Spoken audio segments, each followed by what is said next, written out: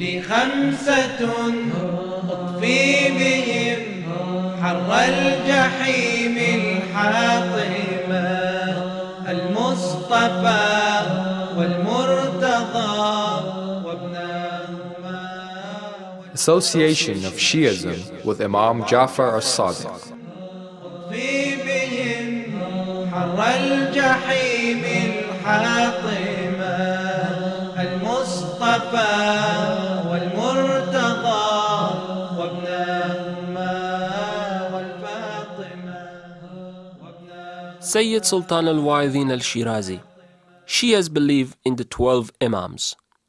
Then why is Shiaism associated with the name of Imam Ja'far as-Sadiq and called the Ja'farid sect? Every prophet, in accordance with the divine command, appoints his successor. Muhammad declared Ali to be his successor and ordered the community to obey him. But after the death of the Prophet, the caliphate was seized by Abu Bakr, Omar, and Uthman. During their caliphate, except during the earlier days, Abu Bakr and Omar consulted Ali on all matters and acted upon his counsel. Moreover, the great ulama and eminent scholars of other religions who came to Medina in search of religious knowledge were completely satisfied with their discussions with Ali. Throughout his life, Ali continued to serve Islam in many ways. After his martyrdom, when the Bani Umayyah became rulers, the imamate was cruelly suppressed. Imam Hassan Mushtaba, Imam Hussein, Imam Zain al-Abidin, and Imam Muhammad Baqir were victims of the extreme cruelty of the Umayyads. All roads of approach to them were closed,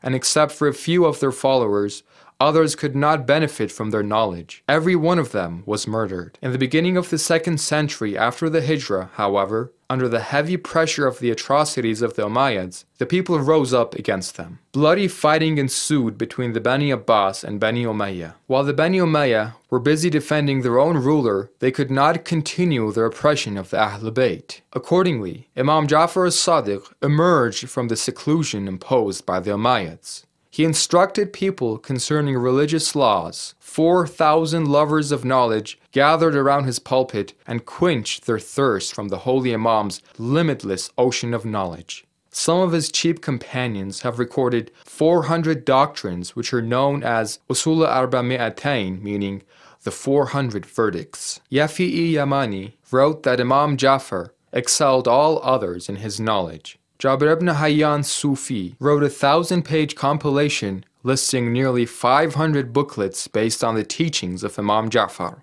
Some of the great Sunni jurists were also his students. Abu Hanifa, Malik ibn Anas, Yahya ibn Sa'id Ansari, Ibn Jarih, Muhammad ibn Ishaq, Yahya ibn Sa'id al-Qattan, Sufyan ibn Uyayna, Sufyan Thawri, all benefited from his immense learning. This great flowering of learning occurred at this time because the Bani Umayyah obstructed the way of his ancestors, and unfortunately, the Bani Abbas would restrain his descendants from speaking freely. The reality of Shi'ism was unveiled, and the merits of Muhammad's progeny were proclaimed by Ja'far as-Sadiq.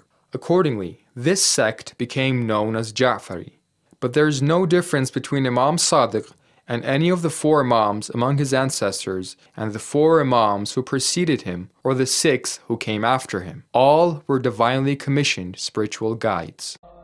Although both friends and enemies recognize his excellence in knowledge and perfection in all merits, your predecessors refused to treat him as the most learned theologian and perfect man of his age.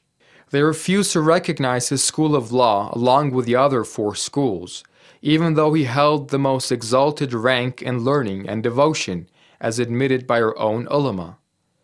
Since he belonged to the Ahlul Bayt of the Holy Prophet, he had a right to receive preference over others.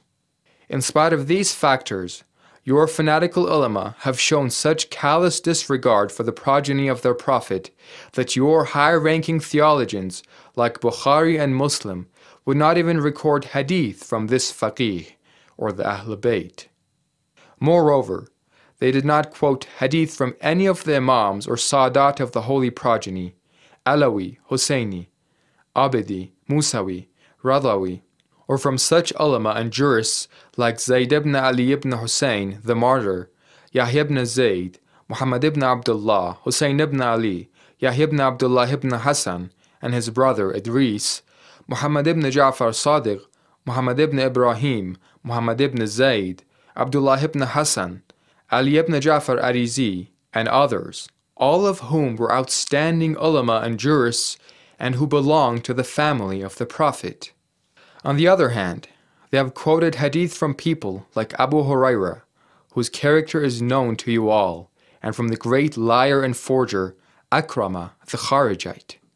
Your own ulama have confirmed that these men were liars, and yet they accept their hadith with all their hearts.